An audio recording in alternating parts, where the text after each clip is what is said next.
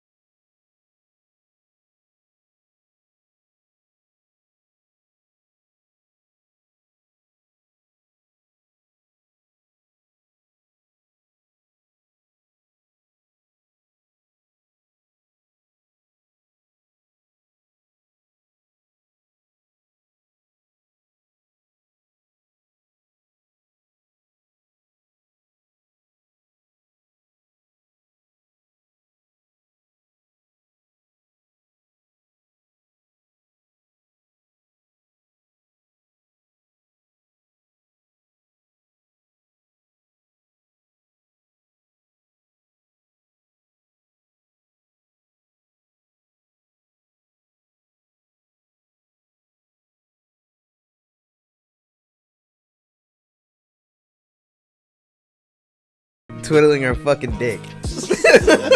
Ryan, I just need you to drink this. Wide receiver trivia. That's what she said. What the fuck? Upset. Are those crutches? You can see Ryan's crutches in the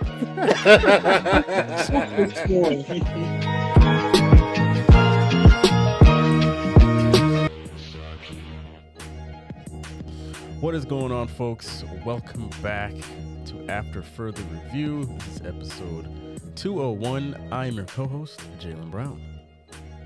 And I am your co-host, Malin Dennis. And I'm your other great co-host, Nestor. And our special first half guest this week, Mr. Junebug Spade. What is going on, June? What's up, fellas?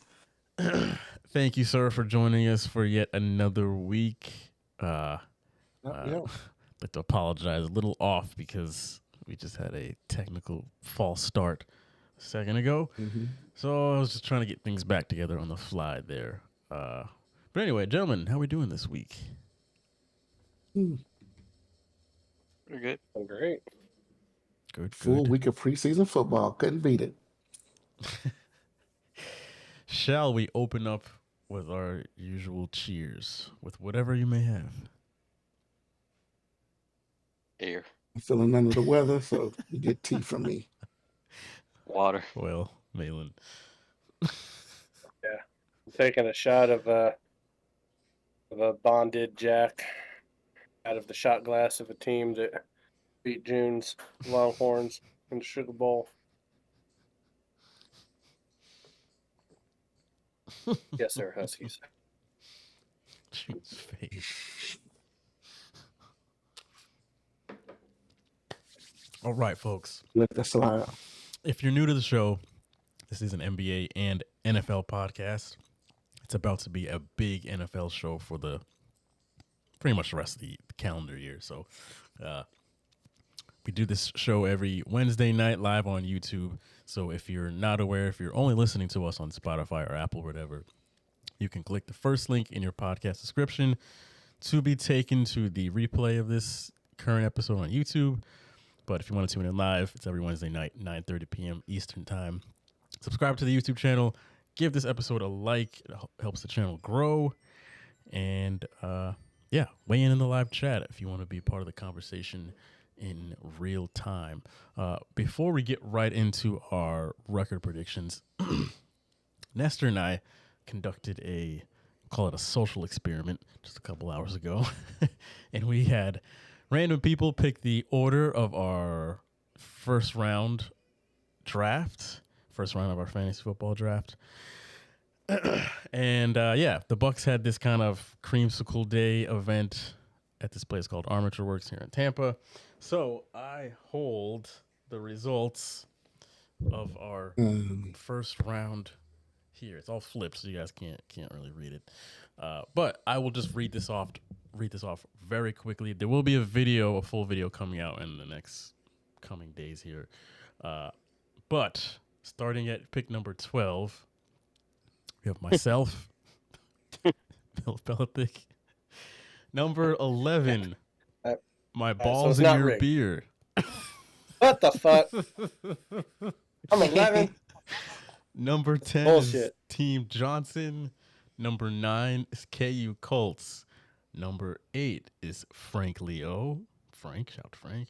Number 7, Romeo and Juliet, which is Evan. Number 6, just the two of us. Nestor's in there. Number 5, Tacoma crushing your nuts. G Money. That's money. Number 4, Damn names. multiple scoregasms. Shout That's out my to brother. Chris. Number 3, Team Myers or Jordan. Number 2, Rough Riders, June. And number 1, Team Dowdy, which I believe is Eli.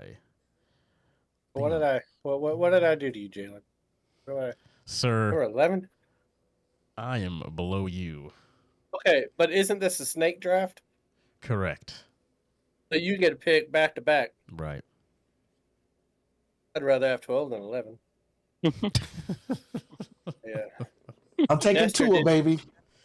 Nestor Taking did Tua tell with the second pick. some interesting stuff happened when they drew my name out of the hat in the video. Yes. Yours was the one that brought some confusion. I think it wasn't that the one those two girls picked, Nestor. Oh, shit. It's gonna be a Hilarious. Hilarious. Okay, y'all get me in trouble. I didn't. Nice. yeah. So I it was a didn't good do that. time, and draft coming soon. The next couple weeks. That video should be the short version probably tomorrow. The full vlog next week. So yeah. All right, let's Awesome. get into some record predictions. We are predicting every division in the NFL as far as what we think each team is going to do win and loss wise this coming season. And we are almost done with this. We are in the NFC North this week. And then next week is the NFC West, and that's it. So, Hey, Yeah. can I ask you one question before we start, Jalen? What are your thoughts on Matthew Judon getting traded to the Falcons for a third-round pick? did that just happen? Yeah, when did that happen? That happened about 2 hours ago. Just saw it on Really? ESPN. Yeah, The I Atlanta understand Falcons now. landed That's Matthew interesting. Judon for a Wow. third-round pick. So you lost That's your very interesting. your Pro Bowl. Right, our Pass star rusher. defensive player. Yeah. And Yeah. it seemed like he obviously he wanted to get paid, and we were not going to pay him.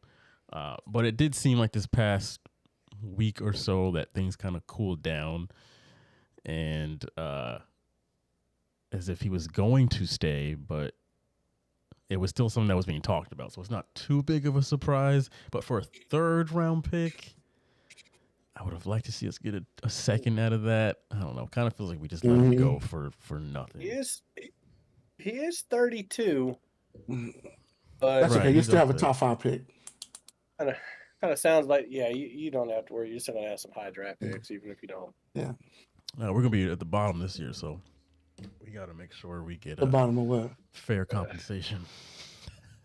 And the Falcons, though, man.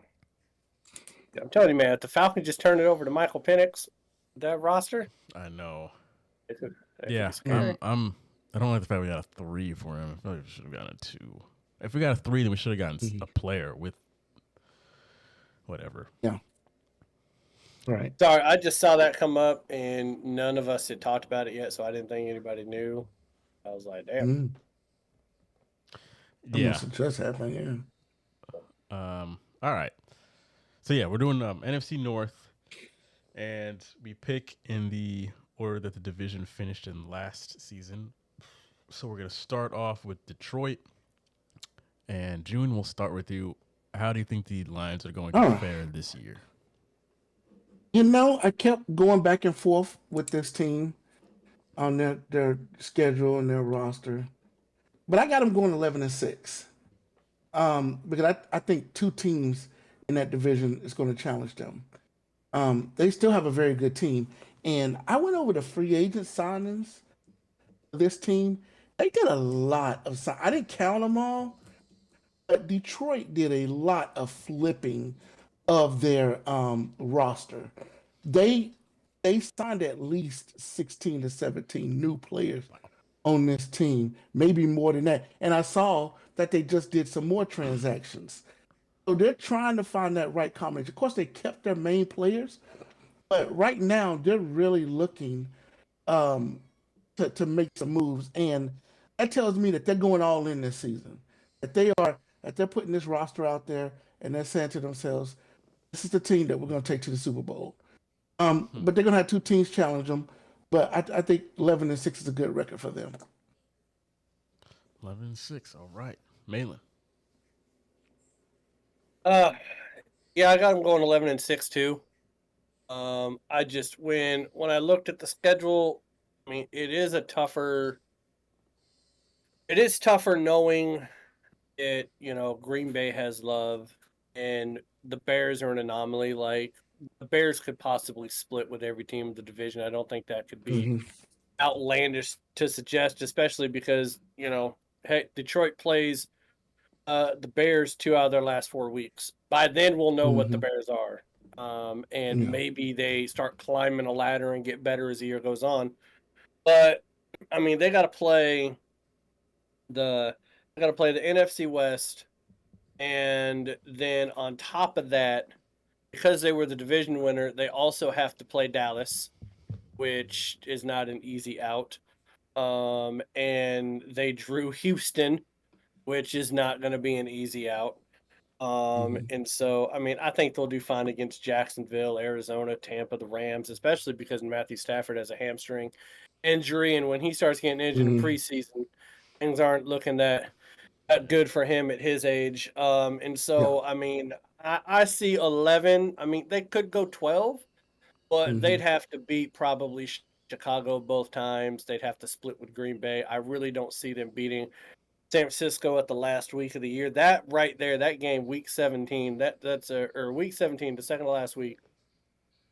That's a great game. That could decide like home field advantage in the playoffs, potentially, depending on what other teams do. So that's a good one on ABC for them to have. But I think 11, and you know what? Hey, that roster, Jared Goff, Montgomery, Gibbs, Amon St. Brown. I really love Sam Laporta at tight end. That guy had 10 touchdowns last year, over 80 receptions.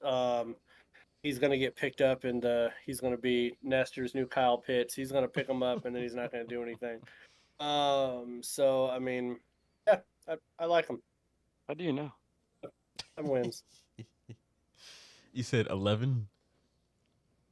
Yeah, I got him at 11 wins. Oh, okay. I've got him going 12-5. I think that this team is primed to just basically pick up where they left off last year. In fact, if the NFC Championship game was a repeat of last year, it would not surprise me one bit. I think, like June said, they picked up a lot of new players. Dan Campbell is proving that he is a very good 2024 coach, which is kind of funny because you wouldn't think that, but he is very go for it almost every single fourth down, and he gets those guys coached up. They clearly love him, and the run through a wall for him, and he's got that offense firing on all cylinders, and that's what today's NFL praises, and that's what the teams that play that way benefit. So, I think they'll just pick up where they were last year. A bunch of young guys in the core of that team, so it's not like they've got to worry about players aging or anything like that. In fact, after their bye week, I've got them only losing 4 games and 3. Sorry, 1, 2, only 3 games. My bad. 2 of them are Chicago and San Francisco in week 16 and 17. I've got them just going on a huge hot streak in the second half of the season. In fact, probably second half of the season, I mean, they'll probably look like the best team in the NFL to me because they got a pretty good schedule. he said it without saying it, June, that he has them beating the Cowboys. Yes. No, he doesn't. Yes, he does. Doesn't. The moment I looked at trusted that, he Jared ripped Goff off on the the road? 3 names right off the bye week. He's got him beating the Cowboys. That is exactly what that means. But yeah, I've got them 12-5. You can go ahead, Nestor. Yeah, I got them at 11-6. I think this team. I didn't think they had a too hot of a defense last year. I think they're actually pretty shitty, especially in the second half. I think that is something that they're gonna struggle with this season again. Like Dan Campbell said, I just think it's gonna be harder this season for them to get back to the point where they were. And it's gonna kind of weigh on them a little bit. I mean, I still have them going 11-6. I just think it's gonna be, even with all the star power they have, it's gonna be a little bit more difficult this time around. A lot of teams have gotten more competitive, I feel like, especially in their own division. Although, then again, the Vikings have completely regressed. But more on that later. Um, yeah, I only have them losing like 4 games after well, 5 after the bye week. I actually have the Cowboys beating them. But yeah, just they're gonna start a little bit, cold. Like they just that first game against the Rams, they're gonna lose it. I just feel like Yeah, they're I just got gonna them losing be a it too. little, I don't know, shaky taking off. But it's still a great team. You still have St. Brown, you have Laporta, you have Aiden Hutchinson in defense. You have so much, Jameer Gibbs. I think that if they don't get to the point where they were last year, one of the things that is going to hurt them is potentially. I mean, Jameer Gibbs had I think, a hamstring issue like a few weeks ago or a week ago. I don't know. Yeah, So he still does. Montgomery's not gonna, not the healthiest guy because they use him like a workhorse, and the dude's like, if you see him every game, dude's lucky to be alive. So they just run that dude to the ground. So he's not going to be fully healthy the whole season. I don't expect that. So if Jameer Gibbs goes down, what do you have? Netflix, Craig Reynolds. Yeah. So yeah, that's one of the things that I'm going to be paying attention to. You do bring up a good point, I will say, because it could go one of two ways. They could just either pick up right where they left off and get deep in the playoffs again, or they could kind of be like the Eagles last year, where even though record-wise they still have a good record, but towards the end of the season, nobody believed in them and they were completely fraudulent. Exactly. Right. I'm with Nestor though. I do have them losing against the Rams first game of the season. I don't see them as being a team that we think are frauds. No. I think if anything, the injury bug might get to them, and maybe you start off a little bit slow. But I mean, we've come a long way from Dan Campbell wanting to bite kneecaps off, and a long way from Jared Goff playing horrible in the 2018 Super Bowl against the Patriots. So I mean, those two have proven a lot of people wrong, and I think they're going to keep proving people wrong. I mean, even if you don't get to 11, I mean, 9 to 10 wins, even if you have injuries, I think would be good for them. But that Gibbs thing does worry me a little bit. Just give me a little cause spot. All right, let's get to Green Bay. June, you can start us off. Right. Green Bay, man. Interesting team. I got them going 10-7. I think they're gonna pretty much be the same as they were last year. And that's just sorry. Just because they got rid of so many players in the offseason. They and they got rid of some starters. I mean, some real players. I think the two biggest losses they got rid of, Jonathan Owens and Darnell Savage, both safeties. You lose both safeties to free agency. That's the biggest key loss. Those two guys were awesome. Look what they did against Dallas. They just shut the Dallas pass game down. They was stepping into the passing lanes, getting in there, and they really confused and confounded what Dak wanted to do in that offense. So you got to take your hat off to what they did last year. But losing those two guys, if they hadn't lost those two guys, I would have had this team at 12-5 and winning division with ease. But losing both starting safeties, that's a huge hill to climb right now. So I'm going to keep my eye on that. But I got them going 10-7. They start off against the Eagles. I think they beat the Eagles though first game of the season. I believe that just because I believe that the Eagles with the new offense, Kellen Moore, I think it's just going to be a little shaky start for the Eagles. So I think they come in and get a win. I think they can really run off 4 wins to start the season. They got the Eagles, they got the Colts, they got the Titans, and they got the Vikings. And then they got to go to the Rams. So I think that first month, if they can run off those 4 wins, this team's going to be flying pretty high. So, and they're going to really challenge Detroit. So, All right, Malin. Although I do think that losing the players they did on defense does hurt. I will say I don't think it takes a whole lot to confuse Dak Prescott in playoffs. I think he's just confused once the playoffs start anyways. Listen, I got this team starting off before the bye 7-2. I think they could easily rip off 6 straight wins, lose to Houston, beat Jacksonville, lose to Detroit. After that, though, I only see 3 wins. They play Chicago twice, still get one of those. They might lose the other one. I don't know. Like Chicago's one of those, like I don't know what they're gonna do. It's gonna be hard for me to pick, like what they're gonna do. But Minnesota, New Orleans, those be wins. But that San Francisco, Miami, Detroit, Seattle stretch from the second half there.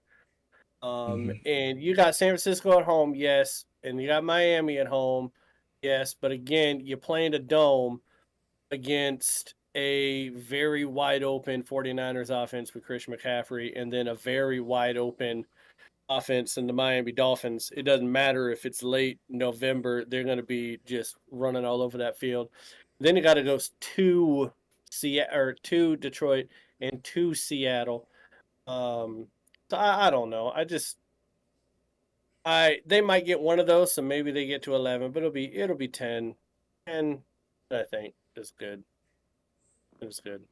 And I forgot we were talking about Green Bay for a second, so I was acting like they played in a dome. They don't play in a dome. So that was idiotic. But yeah, I think 10's good. I mean, I think that Love has a lot to prove this year, and the highest paid player in NFL history. But I think Josh Jacobs is going to make them. Josh Jacobs is going to make that offense even better. He's going to definitely an upgrade from Aaron Jones. But that defense is going to be an issue. There's going to be a lot of points scored in these games. And you know what? I just realized the NFL is playing a game on a Friday, the first week of the season. We get Green Bay and Philly on Friday night. Look at that. We get a Thursday, Friday, and Sunday. All right. I mean, it's quality time in now, ladies. Is that the Brazil game? Is it? Against the Eagles? It might be. It must be. It must be, yeah. I didn't know that was week 1. Really? I didn't know what was in. I know it's on Peacock, which is crazy. Probably is the Brazil game. Hold on. Go ahead and get your quality time in now, ladies. As the NFL is running the show. September 6th. Wow, that's wild. They put week 1 for those 2 teams in Brazil. There. Oh. Interesting. There. All right. Plan all your times to hang out on a Wednesday and a Tuesday. I'm all for it. I love the fact that they're like, your whole weekend starting on Thursday, the whole way through is full of football. And then we get college football on Saturday. Right. That's gonna be a fun week. Very good. Well, job well done, NFL. For me, I've got the Packers going. Hold on, let me bring this back up. I think it's 11-6. Yes, 11-6. Originally, I did have. Damn it. I have the Eagles winning week 1, but I was assuming it was in Philly. But if it's on a neutral playing field, I more like the Packers' odds to win that one. But it is what it is now. Can't change it. So, yeah, but 11-6. I do think outside of that Philly game, they'll win those first 4 games of the season, and then take a loss to the Rams. In the second half of the season, the only 2 games I have them losing are the Niners and the Lions. That is it. Everything else, I think they will control. Packers are going to be good. June did bring up a good point, though. Losing those 2 starting safeties is a big blow, but I do think they'll be able to overcome that. Outside of that, the team is very, very talented and good coach. Matt LaFleur does a great job, and the players seem to rally around him. So you got that much talent, you got a good coach, you always stand a good shot, at least making the playoffs at the very least. And this team seems to be able to do that. So just do not let them match up against Dallas in the playoffs again. Nestor. Yes, please don't. Please don't. I got them at 11-6. I got them losing that first game in Brazil.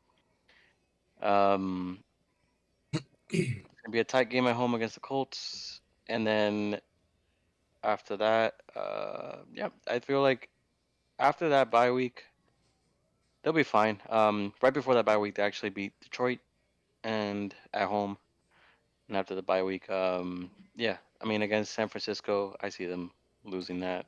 I actually have them beating my Dolphins. The reason being is because I feel like around that time we're gonna kind of relax a little bit, and it's gonna be a good wake up call for us to actually do what we have to do when it comes to playoffs. That's gonna be a good game And it's going to for be in us, the freezing cold. Exactly. and that does not help either. So, yeah, that's 11-6. This team has so many good things going for them, from the rookie wide receivers to what Jordan Love is now, and the potential of having, Josh Jacobs be a, crazy good running back for them, and not only just running the ball, but also receiving. So a lot of good things, and I'm gonna be uh trying to see what Luke Musgrave does, because that's another tight end I'm taking a look at for fantasy. So yeah, you guys stay away from my boy Luke Musgrave. All right. And Kyle picks you it picking is. up He's Kyle the Pitts. next Sam Laporta. Yeah, with his 36 catches and 1 touchdown last year, he's going to have a big jump. That the Dolphins game, that's the Thanksgiving night game, which is very interesting. Yeah. But yeah, I also picked the Packers to win that one since it'll be cold as shit. So, yeah. All right, so let's move on to the Vikings, which is very interesting seeing that for those JJ McCarthy's now out for the entire season. I don't know how much is factored into your guys' record predictions. Didn't factor into mine at all, but go ahead. Piquito. I got before the JJ McCarthy injury, I had them going 5-12. After the JJ McCarthy injury, I got them at 3-14.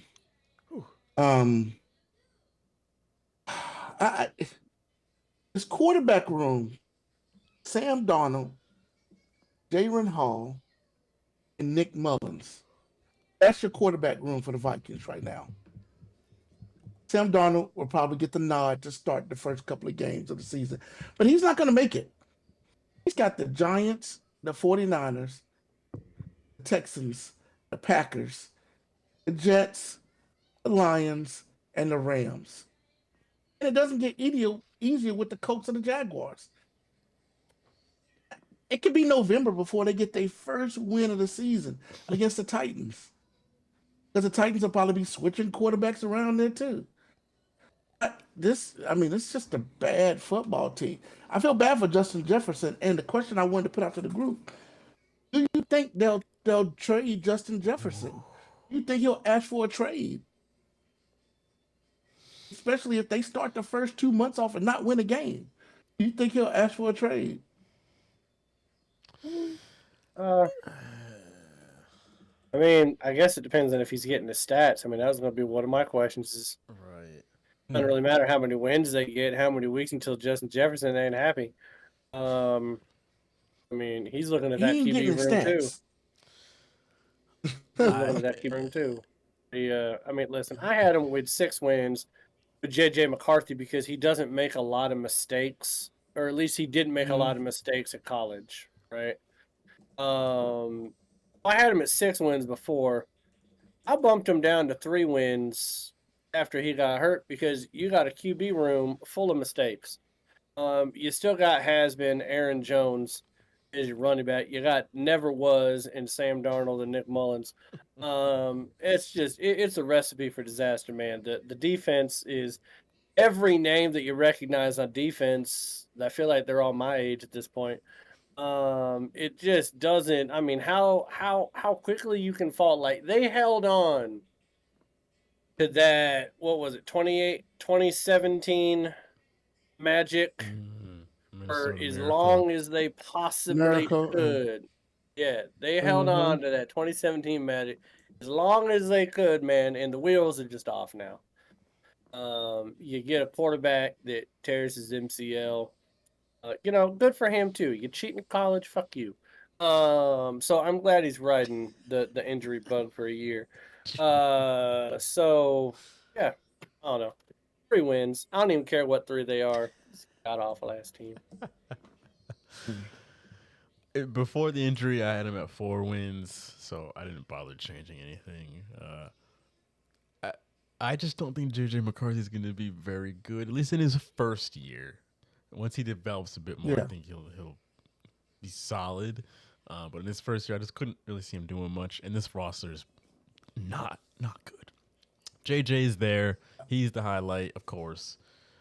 And that's what people are paying to go watch in Minnesota. But outside of that, this team ain't good. I don't really need to go through the schedule much here. I will say this, though. If he's not getting his stats with Sam Darnold, which, by the way, Sam Darnold's got to be clapping his hands right now because he once again gets another opportunity falling out of the sky in his favor. But whatever. If JJ is not getting his stats, come on over to New England. We have the cap space to afford you that new contract you just got. We'd love to have you. If we got Justin Jefferson, I'd die happy tomorrow. But 4-13. Yeah. The only thing that I thought that JJ McCarthy would do is not throw a lot of interceptions. Right. And we know, I thought he was going to be a check down king for sure. Yeah. But we know that Darnold and Mullins, man, they're gonna put the rock in the other team's hands. A lot. Yes. Yeah. A lot. Sam Darnold was a terrific 4 for 8 for 50 yards though in their preseason game. In case anybody wonders. Terrific. Mullins is itching to throw more interceptions and touchdowns again too. So I mean, we're just star-studded. Star-studded. I was a QB coach, man. Interceptions from this team. If I was that QB coach, I'd show up to meetings drunk every day. I would. I wouldn't be able to do it. Go ahead, Nestor. Tell us why Sam Darnold's leading the Vikings to a 8-9 record. Got them at 8-9. No, I got them actually winning just 5 games. Wow. They beat the Giants, of course. They beat, which who knows with Tommy DeVito there, but they beat the Colts at home. They beat the Titans, and I mean they're kind of stealing some wins here because they're that awful. You know, these are upsets. Um, and then they'll steal one from Chicago. Um, and then the Seahawks, they'll beat them away. I'm kidding. I'm kidding. I'm kidding. Yeah, not much. Rude. I imagine even with Hawkinson comes back, he's just gonna be. I don't know. It's not gonna make much of a difference just because he's gonna be trying to get back into form, and Yeah. I just expect a bunch of disaster, and it's not good for football that Justin Jefferson's there this season. So Yeah. And Hawkinson will probably be traded but before the trade deadline too. If he shows any kind of promise the first couple of weeks of the season, you'll see somebody say, "Hey, you don't need him because you guys are terrible." So, Maryland's like, Come on hey, over. We'll give you Hunter let's do a Henry package in deal.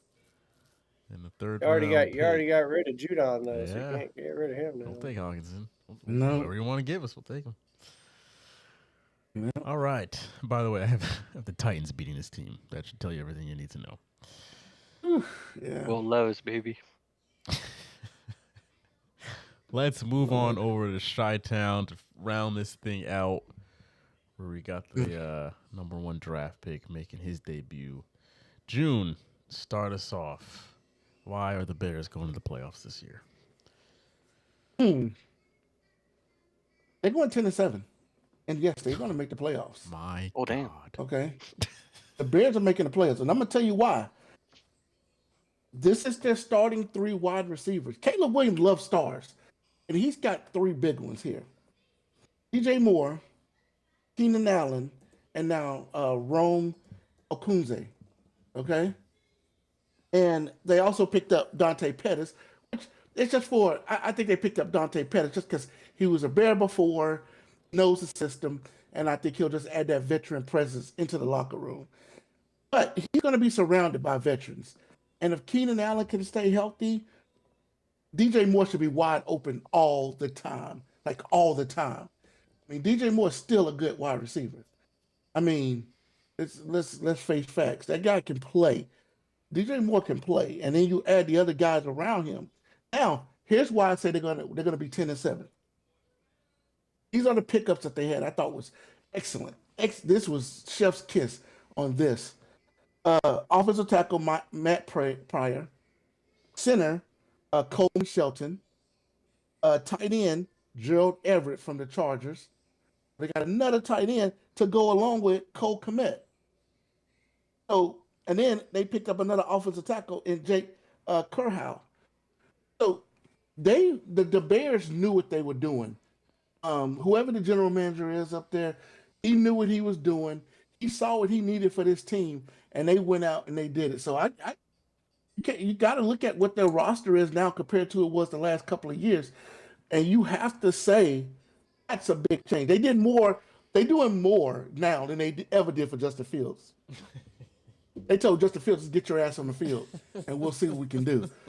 They giving Caleb Williams the world, okay, and they spend a lot of money because number one, I think they see their fans turning on them. They're like, why the hell did you draft a quarterback 2 or 3 years ago and you turn around and draft another one? So now they're just throwing the kitchen sink out there and telling Caleb Williams, this is your team. We got you all these toys. You can go play. And I think they make it to 10-7. I mean, they start off the season. I think they come out a little hot. I think they're going to beat the Titans first game of the season, and they may put 30, 40 points up on them. That Sunday night game or Monday night game, I think it is. No, Sunday night game against the Texans is going to be a great game. I think they lose, but I think they learn a lot from that game. But then I think they beat the Colts. I think they actually upset the Rams. And then they got the Panthers, the Jaguars, the Commanders, and the Cardinals. And then the Patriots. They got a break in there. They got some game. Taylor, calm down. You're trying to say June. You know what the Patriots are. You know what the Patriots are. But they got some teams in there that they can beat. And I think they're gonna get on a little bit of a roll. I mean, they playing what a almost last place schedule or somewhere in there. So yeah, I can see the Bears getting to those 10 wins. Malin.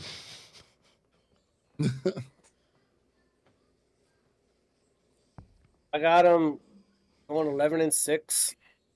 Woo, my man. There it is. 11-6. Please stop. No, and here's why I'm not. To me, it's the schedule. You're talking about the most improved of any fourth place division team last year. Most improved. You went from Justin Fields, Caleb Williams. Now, Caleb Williams,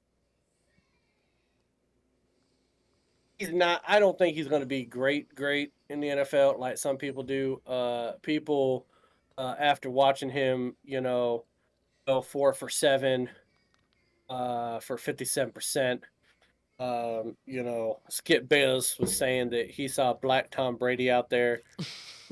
People were definitely painting their nails and trying to jerk off Caleb Williams after that preseason debut. Let's not get it twisted. They were trying.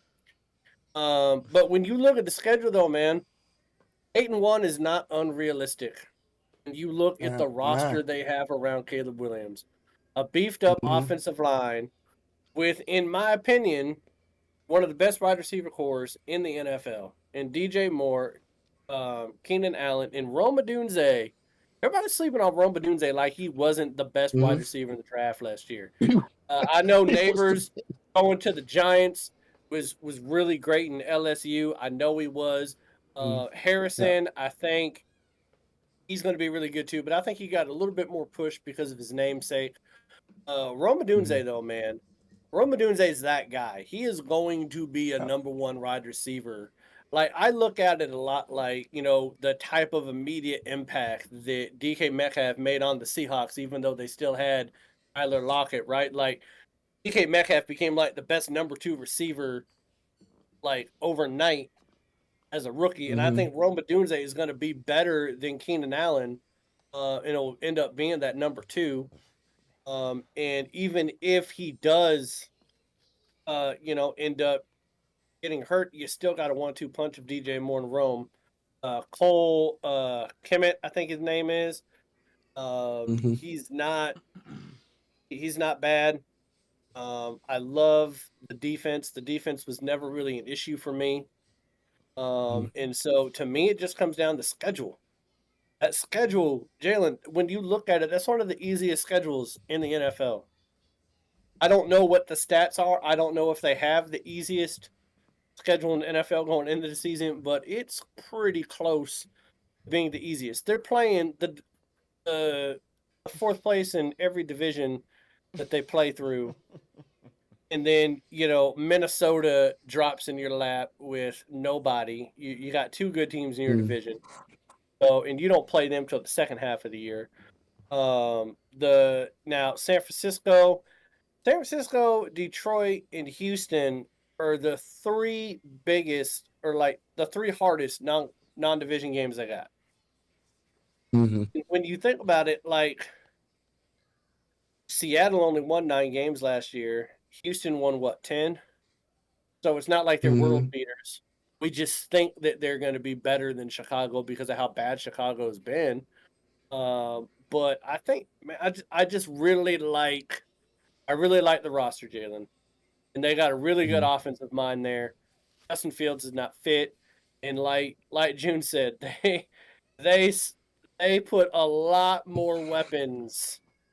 If I'm Justin Fields, I'm like, what the fuck, man? Like, y'all couldn't do this while I was there? He got Chase Claypool. Y'all gave me Claypool? Like, come on, man. You might have out you too. Yeah, I got them going 11. I don't know if they'll win the division. It depends on what they do against Detroit, what tiebreakers are after that. But it would not surprise me if they're double-digit wins. All right. I'm not saying they're the greatest team in the world. No one thought the Green Bay Packers were shit last year. Everyone thought they were shit. And then they end up winning 10 wins and go to the playoffs. Like, no one thought that they were going to make the playoffs, especially after the first. Jan, don't give me that look. You did not. Even after the first month of the season, I didn't think they were nobody shit. thought the Packers were doing anything. No one thought they were doing anything. Jordan Love was terrible. Adam Jones was terrible. Like, no one thought that team was doing anything, and they still made the playoffs. And they didn't have to play a schedule like this. I'm not saying they're great. I think it's going to be a product of who they've brought in and what their schedule looks like. And I think they're more talented than most of the teams on their schedule. You two gentlemen bring up some good points. I'll give you that. They do have a very good receiving core on paper. Dunze's a stud. Keenan Allen is a stud. DJ Moore's a stud. Keenan Allen will probably get hurt at some point. Hate to say it, but it's being real. And the first half of that season is very easy. I will say. I've got them winning. Well, I've only got to win 3 of those games, but this is before 3 out of the first 9. 3 out of the You first only got to win 6. 3 out of the first. 3 out of the first 8. 3 out of the first 6. This is before the Matt Stafford news. So if I could change it, I would say they beat the Rams, but it is what it is. But yeah, I'm sorry. Caleb Williams, I think he will ultimately be a good quarterback, I will say. But I don't know. I think he's going to kind of struggle his first year. He's kind of weird. I don't know. You don't think he could do some Cam Newton shit in his first year? That's what I'm scared of, is he's going to do some Cam Newton shit. He's going to come out the gate and throw over 400 yards against Tennessee, and Skip Bayless is going to come on whatever podcast he's on at that point wearing a dress. Like, the script has already been written, my friend. The only reason I'm not with you guys, because on paper this should be a very good team, is because it's the Bears, and I've only seen them good one time in my lifetime, once. So I can't put any trust in this team. So I've got them winning. I just said 6-11, the flip of what Malin said. Wow. Damn. Nestor, go ahead.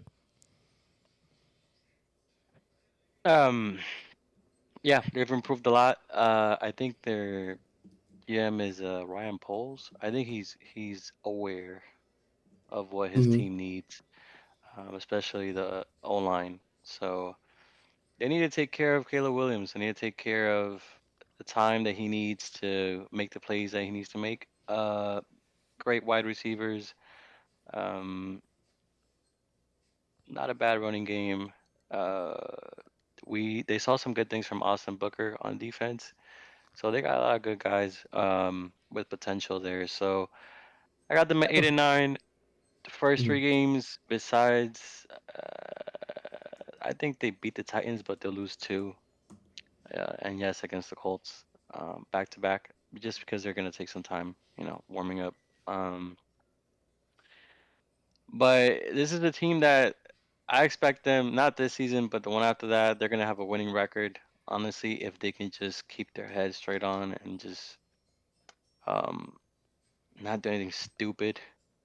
Like Malin said, Caleb Williams, I don't think he's gonna be, top 5 anytime soon, but I do think he's gonna be what the Bears need, which is a step in the right direction towards a winning record. So, yeah, their schedule doesn't look bad. It looks manageable. They're gonna beat Detroit at least once, and I think they're gonna do good this season. 8-9 is pretty good. Wow. And I would just like to say, you look at that roster. Their best running back is not RB1 right now, Deontay Swift. I think their best running back is going to end up being Khalil Herbert. He's been with the team for 3 years. He's got a 4.9 average. He's got well-rested legs because he's only ran for like 700, 400, 600 yards. But a lot of people are worried about if Swift gets hurt. This guy's also good out of the backfield. Catching the ball, he's got good hands. So he's got 43 catches on 59 targets. So he can catch the ball out of the backfield. So I think he's going to end up being RB1 at some point during the season, whether Swift gets hurt or he just starts playing better. He's a little small at 5'9", but he's like 215-something pounds. So he's a beefy little mouse. that man is. So All right. I like your guys' take on the Bears. Good for you guys. Putting some optimism. Yeah, I mean, into I shit think it's now. I think they've done the most out of any team that was in last place this past season. Yeah. I think they've done the most to improve their roster, and I think that's a good thing. You know what I mean? I think it's a good thing. They like I think Malin said it. The defense was always good. Defense was always good. Yeah. The offense needed to catch up. Man, The quarterback situation was I'm just not, blah. You and know, I'm not but saying that so Caleb Williams is a world beater, Jalen. yeah, And I'm not even saying that next year, like if they end up with 10 or 11 wins, they're going to have a much tougher schedule in his sophomore year, and yeah, they might not Yeah. get the double right, digit wins the yeah. next year. But they got a cupcake of a schedule with who they're playing. I mean, That's why you got to make your moves not now. only are they Yeah, playing the last place people in these divisions, but they lucked out with playing the AFC South. Yeah. I mean, that's a bad division. hmm It's not. I mean, it's the division that everyone forgets exists. yeah. You know what I mean? So, yeah, that's why I think And they have such an easy schedule. You get and we to know the play. Jaguars. We know what the Jaguars are. Yeah, They will Yeah. drop a and game Yep. that Yep. they should win in a heartbeat. I'll tell They you will what. do If that to this themselves. team ends up going like what Nestor said, around 8-9 ish, similar to what I think the Steelers will be, and they have similar records, Justin Fields is going to be on suicide watch. Especially if he's not starting over Russell Wilson. Mm. Imagine a winning record. yeah, June and I don't even have the craziest takes on the Bears. Nick Wright said the Bears could go to the Super Bowl this year, so Okay. I heard feel that. like I heard that. I feel like I have a very tame Yeah. expectation of this team. That's what happens So, when and you're when a you Chiefs I'm put going fan. strictly by roster moves. and when you put this video out there, Jalen, this is the reason why I've put out there the schedule so many times, because I know you're gonna hot take the shit out of this clip of me. You're gonna put it on Good hot take. TikTok, and these people are gonna fucking murder me. So that's why I keep saying the schedule, because I know I'm gonna get freaking Bears fans roasted. gonna love you though. There you Who go. gives a fuck about Bears fans? They're Bears about to fans jump are in a gonna river love and you. die. I don't give a shit about them. Uh, Don't put they're this about on them. Bears fans. I'll leave that part out. Out of the list of 10 things that I care about in life, Bears fans are like 989. I'm gonna have to go. We have a Bears bar up here. I'm gonna have to go sit down at the Bears bar this season. June gonna end up with a Caleb Williams jersey once the Cowboys flame out with Dak. He's gonna have his nails painted by week 13. That'd be- All right, folks. Let us know down in the comments what you have the NFC North panning out to be by the end of this season. Before we get to our break, I do want to mention that we do have a Discord. If you want to join, it's always linked out in the YouTube description and the podcast description below. So be sure to check us out on Discord if you want to talk ball while we're not on video. It's completely free to join. So if you're a Discord user, come hit us up. And yeah, we're going to go to a break. June, thank you so much for joining us for another week, my man. We will have his TikTok linked down in the description below. Give him a follow. He's starting to make videos again as the season is ramping back up here. Woo-hoo. Yes. So if you I got a good one coming up. Good to see you, June. If you're a Cowboys fan like him, be sure to give him a follow. Texas because- Longhorns. Yep, Texas Longhorns as well. So when we come back, we will have Show us G the Money on the other side. He's going to give his NFC North predictions. So buckle up for that one. We're going to hit community comments and then what's up with that for the week. So still plenty of show to come, and we will see you guys in about 10 minutes.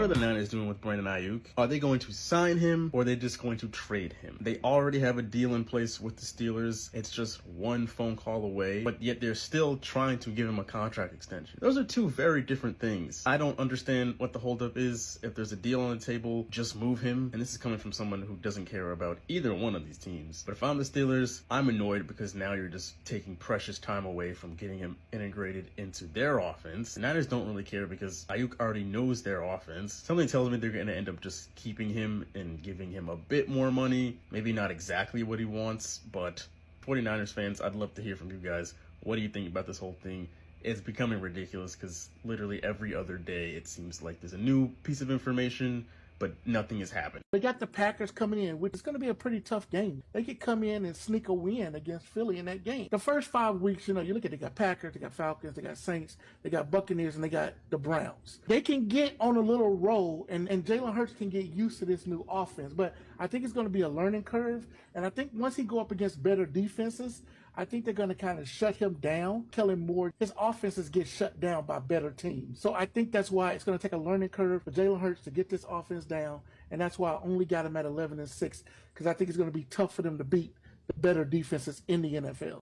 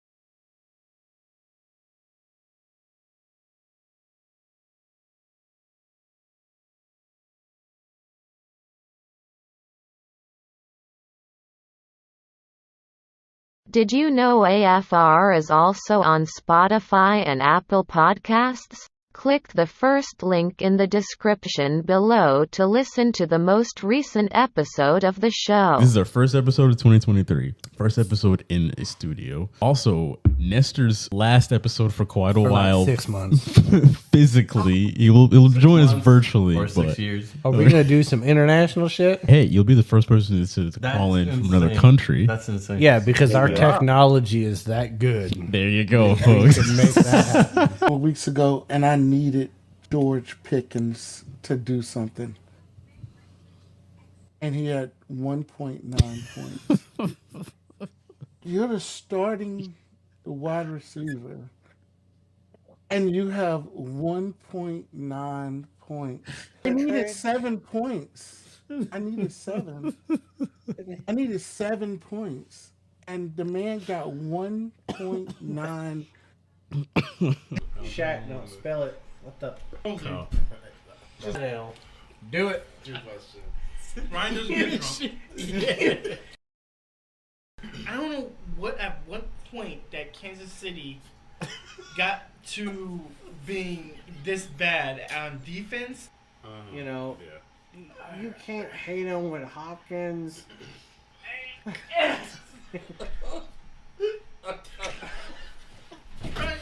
Oh my god! I'm gonna fucking open. You getting paid a lot for going over there? Tywin I mean, he might be doing some volunteer work. If you go to Taiwan, bring your soldering iron. They don't What else we got? They asked him to bring a soldering iron.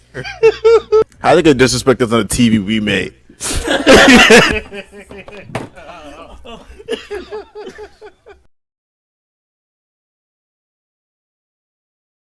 To hear you guys, not gonna lie.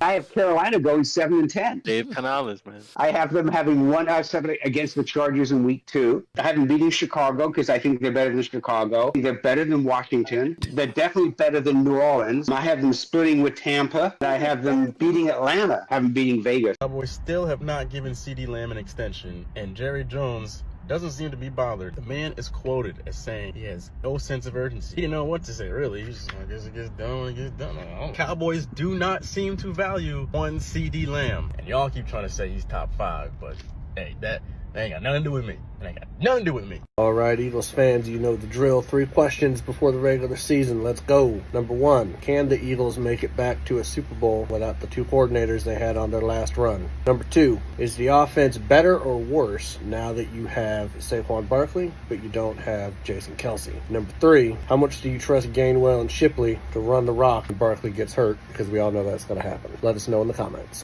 Okay, Bears fans, I have 3 questions for you guys. Question number 1, obviously, how do you guys feel about Caleb Williams? He's looking good in preseason. I know it's just preseason, but just a few minor errors. He's doing pretty good. Is he finally the franchise QB that you guys need? Question number 2, it kind of goes hand in hand with the QB. How concerned are you with that O-line? I know you guys are having some injury issues. Can Ryan Poles bring somebody in to help out? Because you guys need to protect Caleb Williams and give him some time. Third and final question, how do you guys feel about the defense? But against that preseason game against the Bills, Austin Booker looked pretty good. How do you guys feel about the defense now? Bears fans, let me know in the comments. They are tied to a bad quarterback. I don't know why this time last year, where they gave him all that money, he didn't even play most of last year. I don't think it's going to make much of a difference whether he plays or not, because he's just not good. And it's a damn shame that they got Malik Neighbors, because that dude's a stud. He should get the majority of the targets out of all the receivers, which makes me think that he should also be a good fantasy receiver. But Daniel Jones is just so bad that not going to give him the ball when he needs it. It's going to be one of the best games of the NFL. 1 o'clock, the Panthers at Bears. I think both coaches are going to let those 2 young guys just battle it out. It'll be a good game to bet on, too. I think it'll hit the over. The over will probably be about 42, 44. So I would definitely take the over. If you He's worse gambler than me. Tried to book a dentist appointment for October 6th. There's absolutely no interest in that. But no dentist office is open on a Sunday. But June is saying it's going to be a shootout. So The over of 23 points they're gonna have on that. Nickelodeon. It's going to be on Nickelodeon. Vikings' new quarterback, J.J. McCarthy, is going to need knee surgery. Sounds like he's got some kind of a tear in his meniscus. Not good. Not good at all. Obviously going to be missing some time from the regular season here. It's just a matter of how much time. Sounds like it's probably going to be substantial. Vikings fans, how are you feeling? Let us know down in the comments below. Is your season a wash at this point? Let us know in the comments below. Okay, Detroit Lions fans, I got 3 questions heading into the season for you guys. Question number 1, does Aiden Hutchinson need some help on defense? You guys were ranked like 23rd, 24th, something like that in points allowed last season. It's not looking pretty. You guys need to give him some help. Is there anything on that defensive line that kind of gives you some hope, that gets you excited? Question number 2, how do you guys feel about Hendon Hooker? How was that preseason game? He looked like a baller. I know he came out with a concussion, but we saw some good things from him. Last question is, Dan Campbell talked about going back to the playoffs, that it was going to be twice as hard. How optimistic are you guys that you guys are going to run it back, go back into the playoffs? You guys were 1 step away from the Super Bowl last season. Let me know what you guys think down in the comments.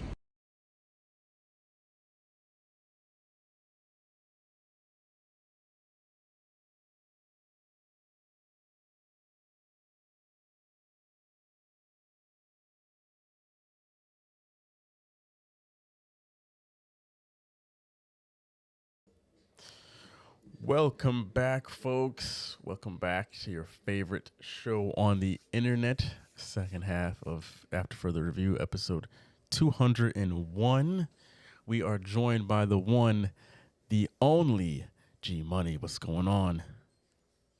Gentlemen, it is so good to be spending a Wednesday night with all of you. Up here in the PNW, As my good friend Malin would say, Mariners lost another one to fucking Detroit. And I'm going to just pretend like they're not even playing. So, Because they're not playing. yeah. They're losing. Yeah. They're definitely not winning. Hey, Not winning. Just say, Sunday, we'll be in Vegas, G-Money. Oh, we will. Oh, we need to Yes. You guys will be in Vegas. There'll be a mini AFR meetup in Vegas on Monday. So yes, we will all be. Well, some of us will all be in the Yes, same they will. Yes, G Money. Before we hit this, cheers real quick. I don't know if you heard, but you are the number 5 pick in the first round of our fantasy draft. Ooh. Not as much pressure as being the number 1 pick and then picking someone who freaking gets injured in week 2 and never plays again. But, I mean, I've had that a couple of times where, having being the number 1 or number 2 pick and you pick someone and week 2 they're injured and they're out for the rest of the season. And you're going like, well, there goes my passing game. There goes my running game. Yeah, okay. I can live with that. I'm 11 and Jalen's 12, so we're really going to have to do our homework. Well, but the truth is, you're 11 and 12 in the first round, and you're like 1 and 2 in the second round. So, you look at who you want and who's available at those picks, and you go, okay, I got those. And then rolling into the second round, you're like, oh shit, yeah, I can get this guy too. You can get a wide receiver and a quarterback if you want to draft a quarterback that high. You get 2 wide receivers, Maybe a running back, but that's a little high to draft a running back though too. I mean, whenever you pick whenever you go pick 8 or later, as long as you're realistic in your prep, as far as who's going to be available, you can still get a really solid first round pick. But when people are 8 or later, but they only have eyes on people are going to get picked in the top 5, then you scramble and you end up picking somebody that makes people scratch their head. That's when you're like, okay. Yeah. So, yeah. So, like if Jalen at number 12 has Tyreek Hill on his draft board, he's in trouble.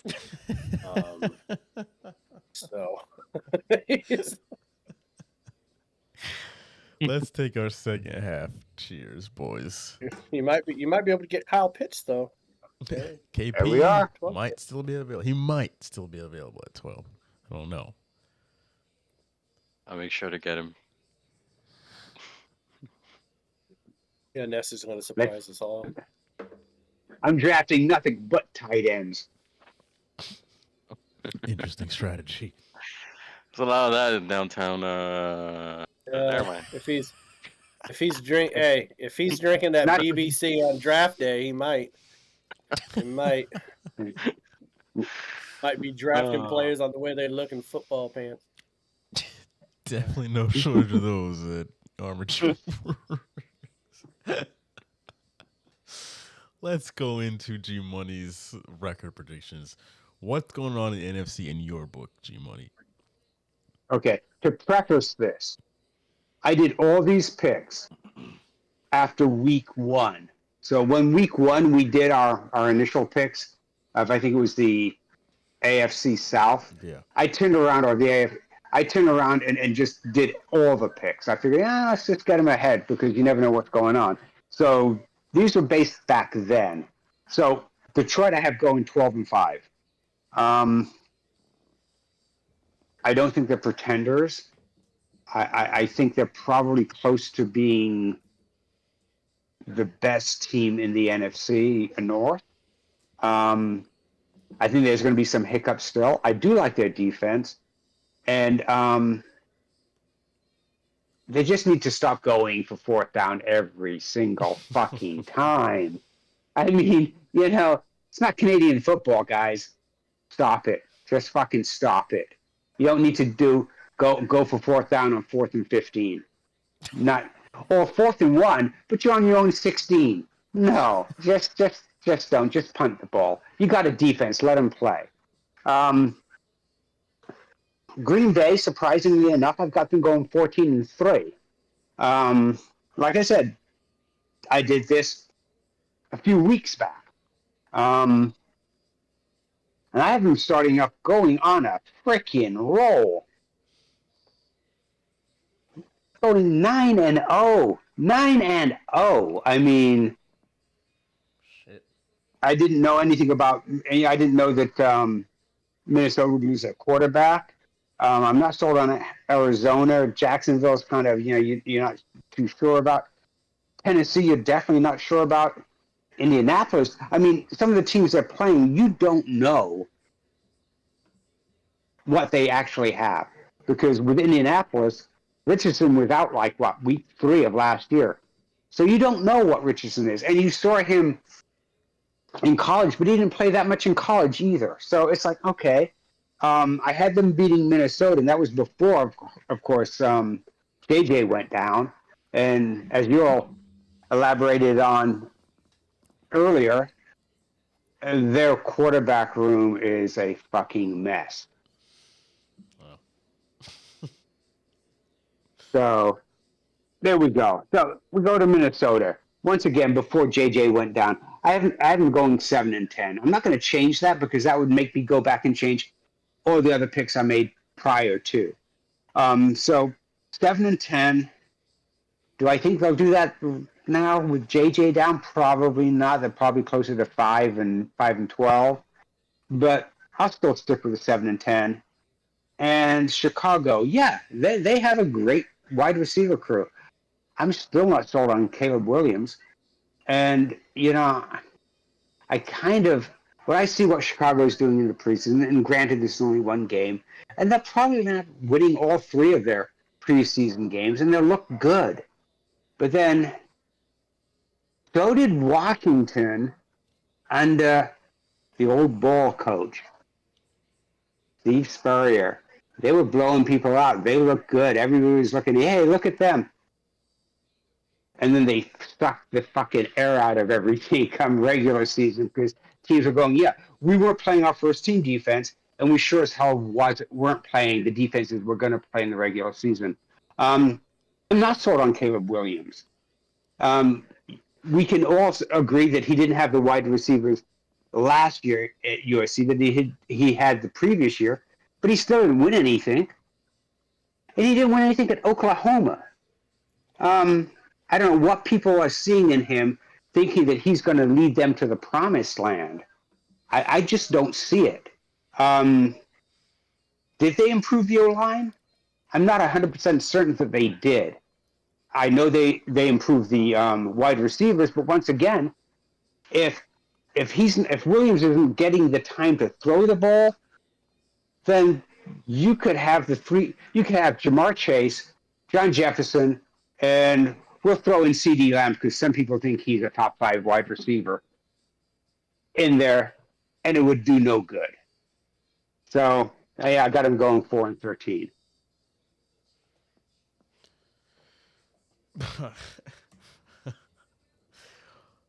4-13. 4-13. I'm also not sold on the head coach. That is fair. That's pretty funny. I'm sorry. You said the Vikings were. Did you say 7-10? Okay. 7-10. And I just missed the Packers number. The Packers were 14-3.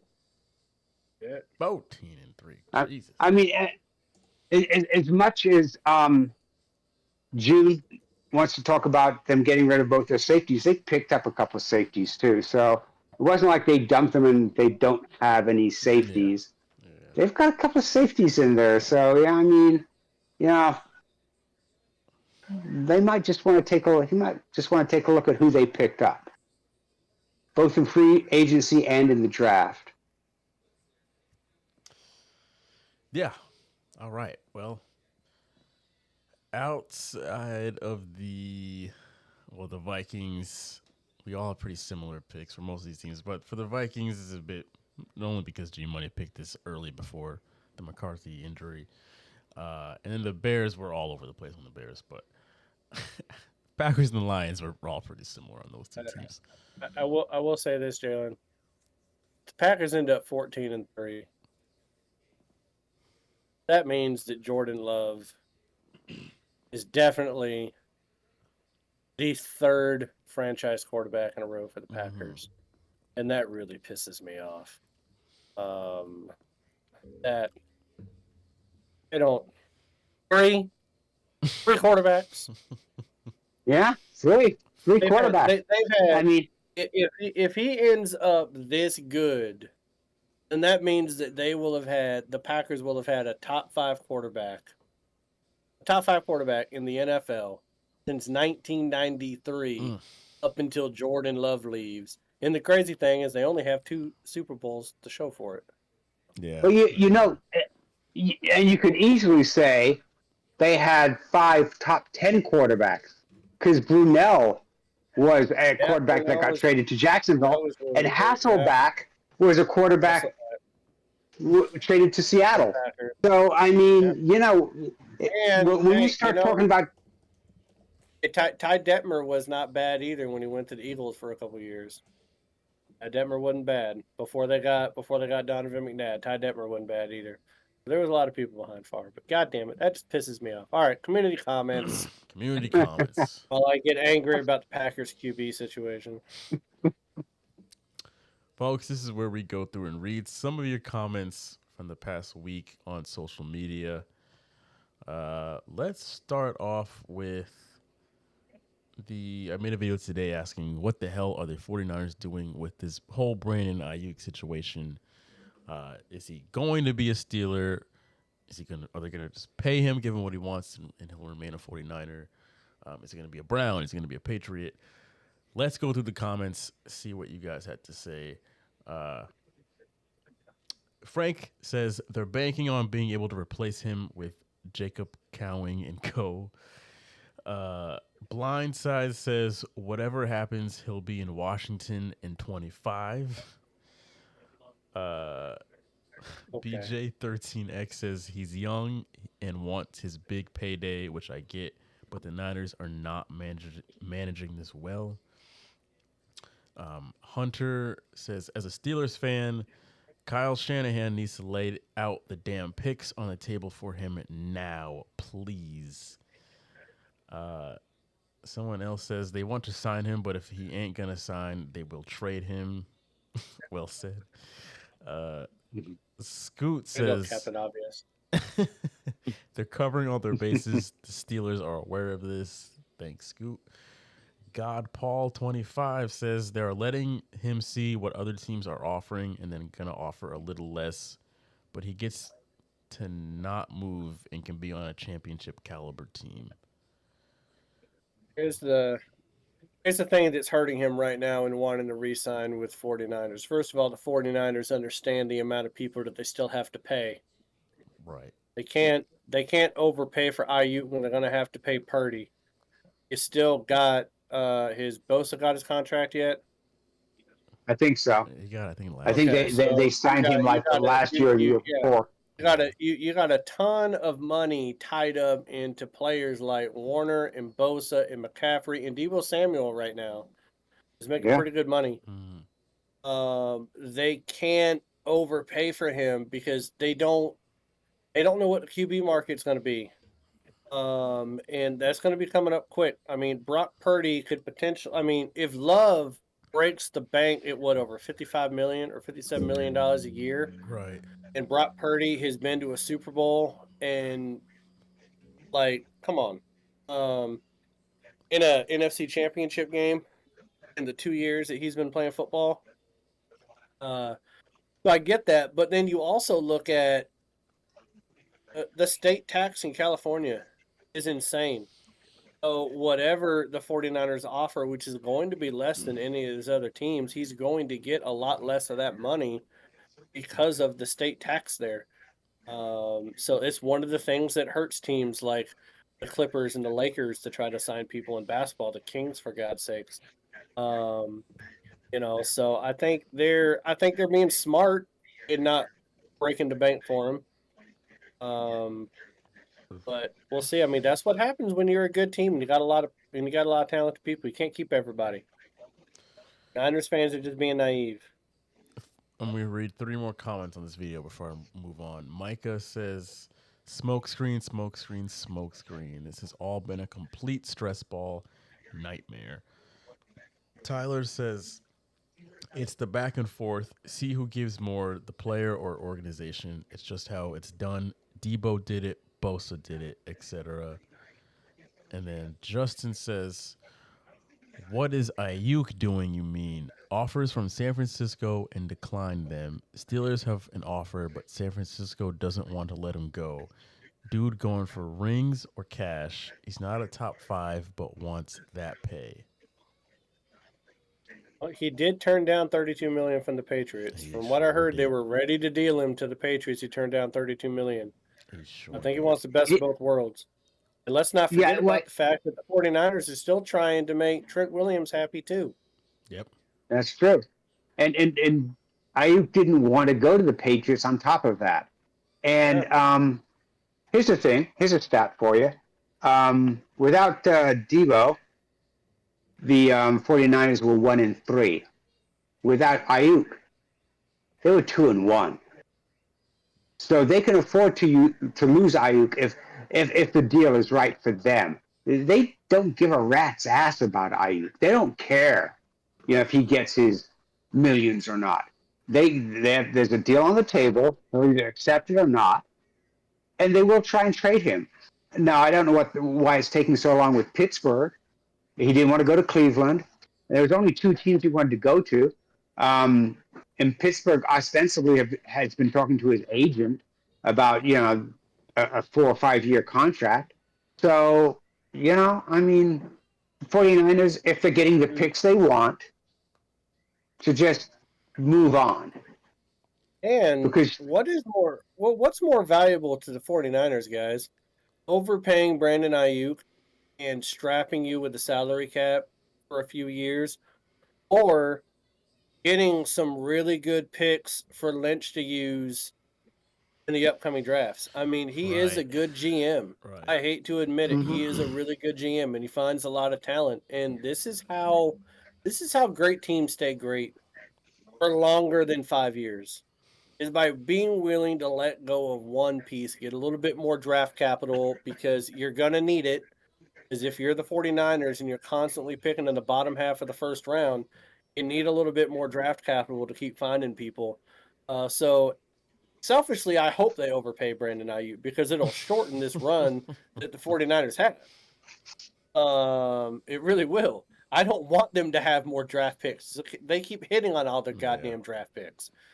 And that's what I don't understand. It's like, just let him go. I don't understand why they keep playing this dance of like, oh, well, we might try and sign him. Like, it doesn't make any sense for you guys to try and keep him. I think they're trying to get a little bit more out. I think they're probably trying to move a third to a second, or a second to a first, or I think they're just trying to squeeze a little bit more out of these teams that are still still there. But it's also not like Brandon Ayuk. Like it, and also, do rookies on their rookie deals, do they have a no trade clause? No. So why does he get to shoot down a trade with the New England Patriots? That's really weird to me. I'd be like, listen, if you don't want to play for me, I'm going to get the most I can out of you, and I don't give a shit if you play in Siberia. Right. Go F yourself. Yeah. So I don't know, but let the drama continue in San Fran is all I'm saying. All drama all day. Let's move to Nestor asks Packers fans 3 questions before the season starts. This is all from TikTok. Northman says, we were a missed field goal away from beating San Fran. Getting a reliable kicker would be the missing piece. Well said. Young King says, number 1, C. Watt is wide receiver number 1 until he gets injured. If he can't play a healthy season, I see us trading him down the line. Number 2, yes, Josh Jacobs is an upgrade. And number 3, we need to work as a complete team. That's the key to good answer, Young Key. He went into more in-depth answers in his replies, but anyway. Matt, number 1, excited to see him after he even out the strength in his legs, but I definitely think if he doesn't have a good season, he is gone. Number 2, yes. Number 3, I think we need to stay healthy. Nestor, could you remind us what were your 3 questions again? Because these answers are there's no context. You don't remember his question. The first question was about Christian Watson, if he was gonna finally have a good season, something like that. The second, if Josh Jacobs, I guess, is gonna perform, and third, if they're gonna get to the playoffs or something like that, or what they finally need to get to the Super Bowl. I think they're pretty organized. Comparing it to other videos, they're pretty. Yeah, I will say this: like the people in this video answered the questions 1, 2, and 3. Them Green Bay fans. Hey, you know what? Hey, good on them for Nothing better to do in Green Bay but answer the question. following the assignment. Well, yeah, The one time that following the assignment doesn't work for us. I mean, and Nestor's right. There's nothing else to do in Green Bay. I mean, where else are you? What other teams are you looking at? Maybe the Brewers? They suck. The Bucks? Well, they don't start playing until October. You're a Packers fan. You live and die with the Packers. You probably own Packers stock because it's the only freaking football team that's owned by basically the fans. So, yeah, I mean, you can look and you can actually be intelligent as opposed to the Cowboy fans and some other fans that you look at and you go, not your fault. Public school system failed you. Oh, and by the way, you probably lived in a trailer park. That escalated quickly. Hey, they got cheese. I will say. Do they though? I mean, that's Wisconsin. I mean, granted, Green Bay, but that Green Bay is north, way north. I mean, on this same video, Papa Talk says, Packers fan here, we won't get more than 6 wins because of the Bears and Lions being way better than us. And then he got into a little spat here with Young King. He came back and said, you ain't one and don't know ball. And then Papa Talk comes back and says, die hard cheesehead. Kind of sounds like we suck. Like the same type of guy that responded to all my TikTok videos. You don't know ball. That is the go-to. That's right.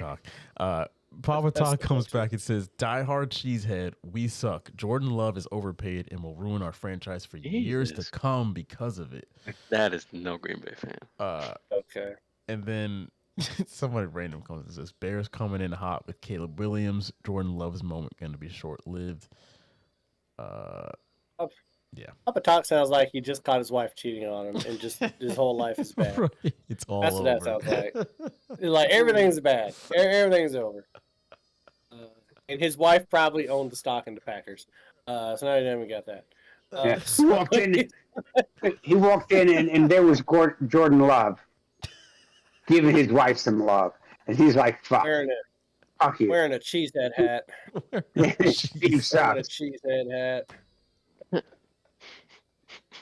It's a good right on top image of his there. Aaron Rodgers jersey. Thanks for painting that picture. And then last but not least, I made a video saying that the Cowboys still have not extended CeeDee Lamb. And did they come after you this time? No. Only a couple comments. Oh. I can't pronounce your name, but he says KC has shown you don't need top tier wide receivers play. They have Mahomes, but maybe CeeDee's big mouth family turned him off. God damn. And then Gandalf the Grey replied to him and said, shout out to Gandalf, you need good receivers when you have a choke artist like Dak. I guess it truly doesn't matter because Dak is known to choke. How are Cowboys fans comparing their team to the fucking Chiefs? That's how fucking delusional they are. That's how goddamn delusional they are. Hey, these sons of bitches. Again, get your citizenship. Put your pants up. I mean, I can see how they do that because at one time the Chiefs were actually in Texas back in the early 60s. Exactly. And most we haven't even gone to the moon yet. Yeah, and most Dallas fans are still living in the freaking early 90s, so the 60s aren't that far away for them. The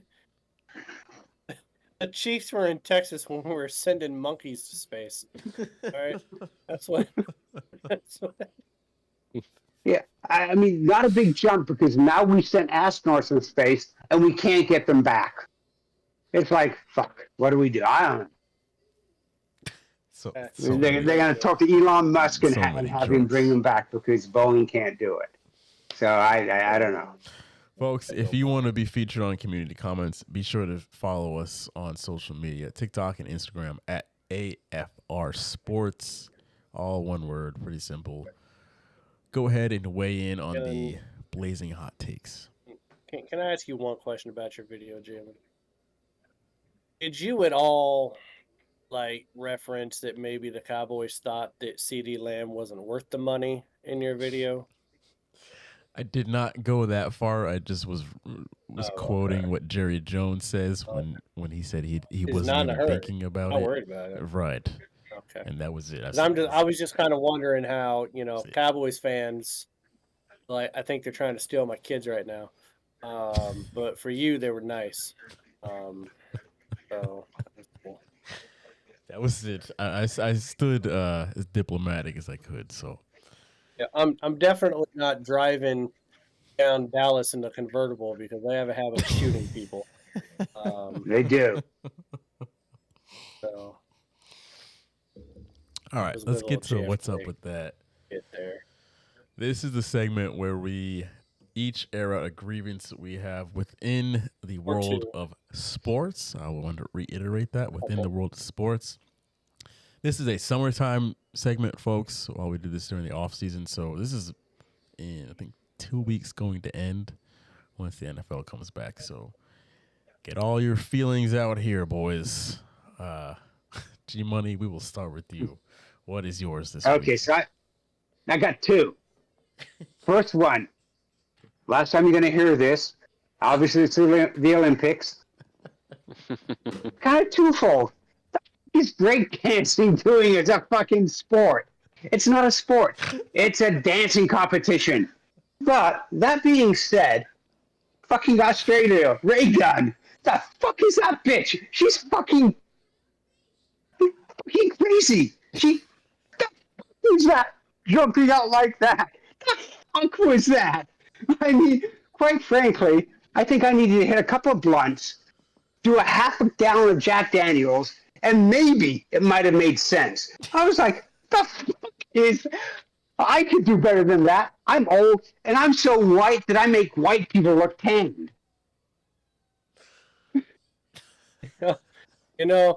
I did see a picture where someone superimposed her doing this into the Thriller video next to Michael Jackson. It's the greatest picture I've ever seen in my life. And she actually is probably going to get in some legal troubles because it turns out that she somehow made herself the head of the committee, the Olympic committee, to send someone from Australia over there for breakdancing. She was like the head of the breakdancing committee and then filled the judges with friends and family. And apparently, that's what I'm hearing. That's what I'm saying. And so that's some crazy shit to go. But you know what? Hey, she might have scored a 0 on that card, but she had a confidence of fucking 20. Yes. All right, that confidence, even before and after, after the confidence she had after doing whatever the fuck it was she did. I thought she was like imitating like animals from Australia half the time. I'm pretty sure that my cat does a lot of the same shit that she did. I saw But yeah, that was a video on pretty funny. Instagram where the caption was her dancing and the caption was, "So you're telling me if I just drink a bottle of wine, I could be an Olympic athlete?" And then they quickly came out and said that breakdancing seriously. is not going to be a part of the 2028 Olympics. No, That came it's out not. real quick. Real quick. Hey, But you know, I mean, Snoop Dogg did better opening up the breakdancing competition when he walked out there doing the sea walk. He did better than her. I don't know. But she's probably going to make a shit ton of money. She's going to make a shit ton of money. Mm-hmm. She's going to get money from all these places wanting to talk to her. She's going to cash in on this. she is going to cash in. That's unfortunate. It's unfortunate because when you look at the true Olympic sports and what people have to go through to actually get on the team and then compete, it's like, seriously, Australia. If that's your attitude, please carry that through to swimming, because we need a shitload of gold medals in LA in 2028. And you know, if you want to pick people that can't swim, that's great for us. We would appreciate that. Love it. And I'm going to roll with my second one. So CBS Sports came out with their top 25 under 25 defensive players in the NFL. CBS Sports, once again, don't know where the fuck you're at. You had Devin Witherspoon, who, by the way, was second defensive rookie of the year. Came in second. On the second team, you had Sauce Gardner. Okay, I get Sauce. I get him. But your other picks, the fuck are you smoking? Because quite frankly, I don't think it's legal where you're at.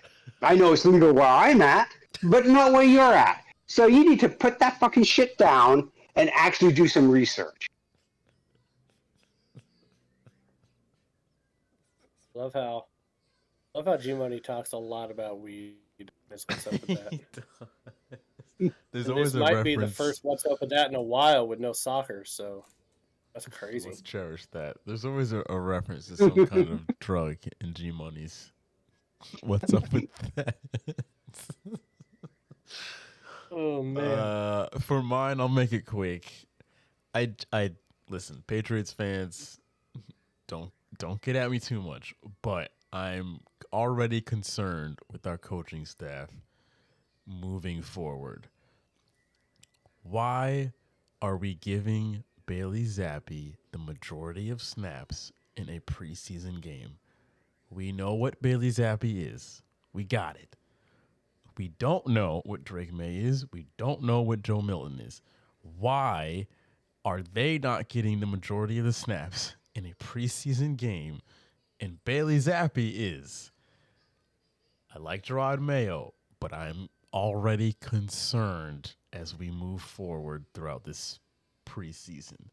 Please stop playing Bailey Zappi. He's, to be honest, we could have traded him directly to any other team. He could have walked right across the field and traded him directly because he's not going to be a part of the 52-man roster. It doesn't matter. So I don't understand why he's getting all these snaps, but I'm concerned. That's my what's up with that. I'm concerned for your well-being when Zappy ends up being QB1 week 1. I'm gonna be concerned for you. Yeah, it'll be Zappy time in New England. Go ahead, Malin. What is your what's up with that? Okay. I got two. So the Olympics. Talk about the Olympics. There's a lot of things going on with the Olympics. From Childs needing to give back her bronze, which is insane, because the whole reason why they said that she couldn't have the bronze medals because they said that the coach did not ask for a review within a minute.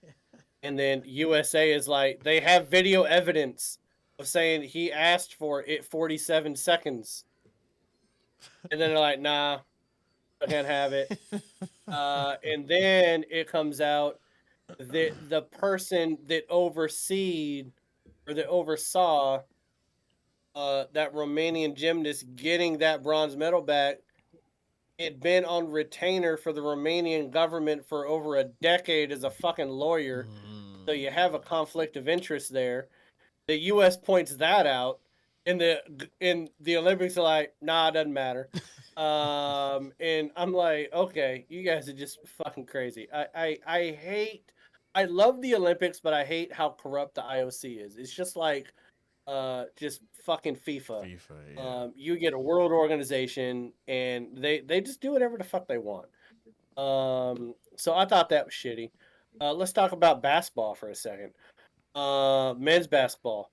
I love the 92 Dream Team. I do. And maybe they win gold in this Olympics too. I don't know. But for people blasting the USA basketball team for having to come back against Serbia, against the 3-time MVP and NBA champion, like the USA basketball team, they had to play against more talent than the 92 Dream Team Thank you. ever had to play. Thank you. Tony Kukoc was the most talented player that they had to go up against, and he hadn't even been playing in the NBA yet.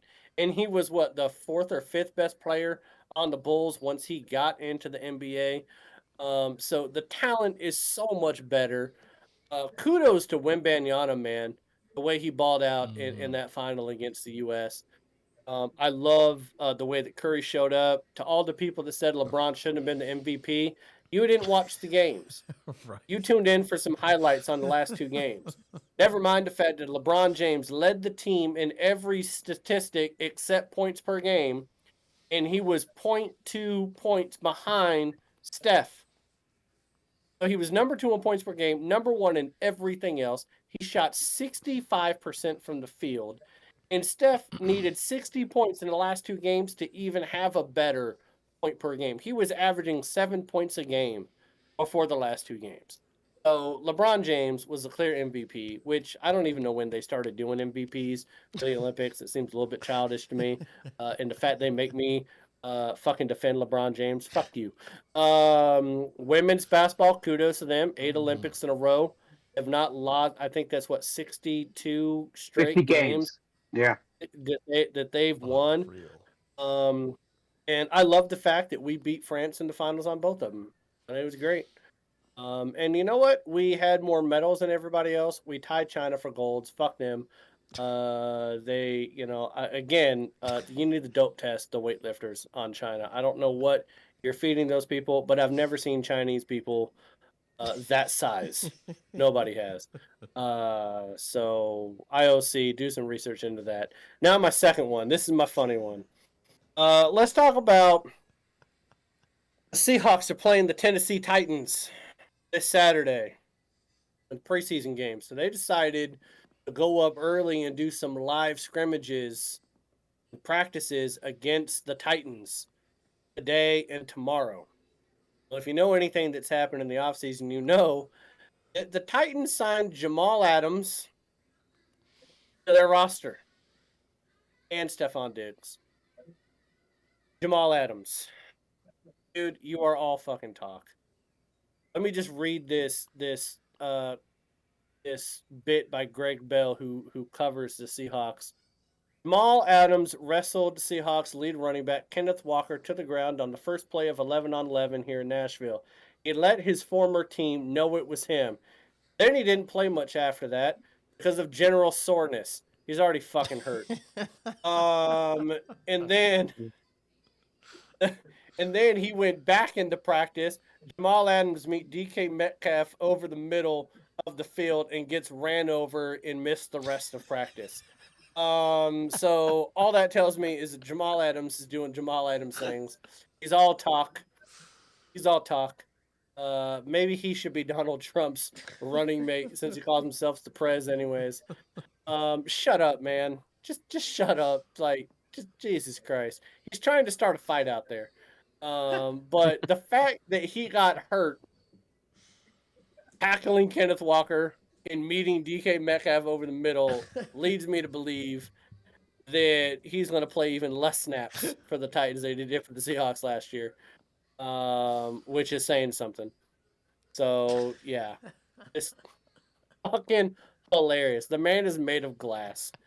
I don't know what happened between New York and Seattle. I don't know what they fed him in Seattle. I don't know what he drank. But, yeah. Oh, my God. Jamal Adams never fails to make me laugh. Nestor, what is your what's up with that? I got two quick ones. The first being, I knew they were gonna get on Noah Lyle's ass when he didn't win the 200 meters. They're just waiting for this dude's downfall. I still don't think he said anything that bad. I mean, yeah,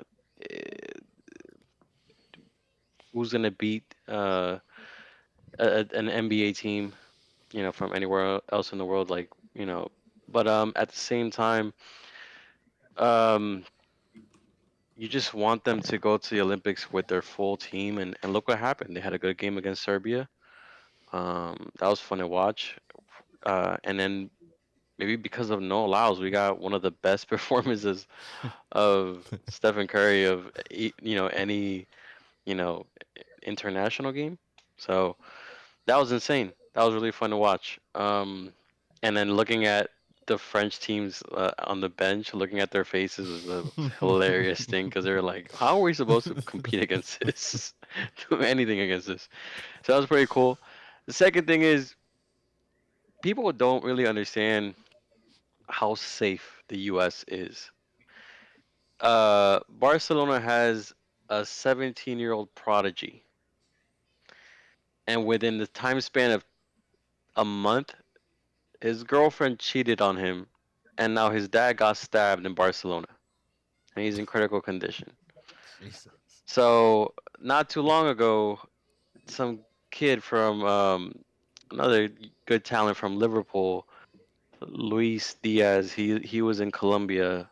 No, he wasn't in Colombia. He was playing, and his dad in Colombia got kidnapped in Colombia. So it's just, people talk so much shit about the U.S., but we don't have this shit going on in the U.S. Like the fact that you're one of the biggest names in Spain, your dad just got stabbed like multiple times, and that could probably be related to something more than just a random stabbing. So, yeah, those are my two. What's up with that? Don't stab people. I tell you what, two things are going to happen at the Olympics in 2028. Somebody's going to try to clack off a vest somewhere in the Olympics. And two, there's going to be some people from China that are going to defect to the United States during that Olympics. On it right now. Those two things are a fucking given. So everybody hates us, man. I don't know. They hate us, but they want to be here. It's one of those love-hate relationships, right? I mean, I hate you, but my God, I want to be with you. And yeah, it's true. I mean, a lot of the world hates us, but a lot of the world wants to be us. I mean, they want to be here. I mean, if that weren't true, then people wouldn't be screaming about the border and how insecure it is and how everybody's coming across. It's like, motherfucker, you weren't originally here. You came across on a fucking boat. I don't remember you asking the Native Americans if you could come. You just fucking come and started building a goddamn town. They were like, what the fuck? The fuck are these people? This is how it happens. That's how I start saying shit. This is. I mean, that was a good episode 201. Yes, good episode 201 for anything else is said. Folks, Yeah. next week We we love you will be guys. live Tuesday for a shorter episode, not Wednesday like Tuesday. we usually are. Tuesday, come join us. Where almost all of us will be on the West Coast, and then after that we'll be back to our normal scheduled time on Wednesdays. But next week, Tuesday at 9:30 p.m. Eastern Standard Time. So thank you all for watching and or listening. Again, be sure to follow us at AFR Sports if you want to weigh in on the stuff that we said this week, which we talk a lot, folks. By next week, most of us can't remember what the fuck we said anyway, but you'll remind us in the comments. Yeah, without further ado, we will see you all next week. Have a good week. Peace out. Peace. Peace.